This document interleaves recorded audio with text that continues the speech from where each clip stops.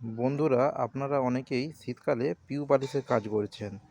তো পিউ পালিশের কাজ করতে গিয়ে আপনাদের অনেকেরই এই রকম সিলার বা পিউ অ্যাপ্লাই করার পর গুঁড়ি গুঁড়ি এরকম একটা ফুটফুট ভাব কাজের মধ্যে চলে আসছে। তো আমি আপনাদের আজকে বলবো এই সমস্যা আপনাদের কেন হচ্ছে। বন্ধুরা, এরকম সমস্যা হওয়ার প্রধান কারণ হলো আপনারা যে কোম্পানির পিউ ব্যবহার করুন না কিনা, এশিয়া পেন্ট হোক বা বিড়লা হোক বা যে কোনো কোম্পানির, এরকম সমস্যা হওয়ার প্রথম কারণ হচ্ছে এটা হচ্ছে ইন্টেরিয়র সিলার। এবং এই যে থিনারটা ব্যবহার করা হচ্ছে এটি হলো স্লো থিনার নয়।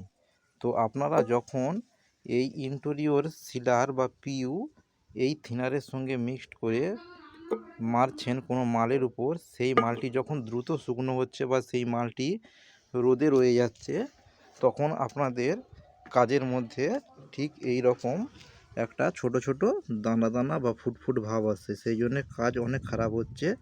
এটা শীতকালের জন্য এই সমস্যাটা চলছে। শীতকাল কেটে গেলে এই সমস্যার হয়তো অনেক সমাধান হয়ে যাবে।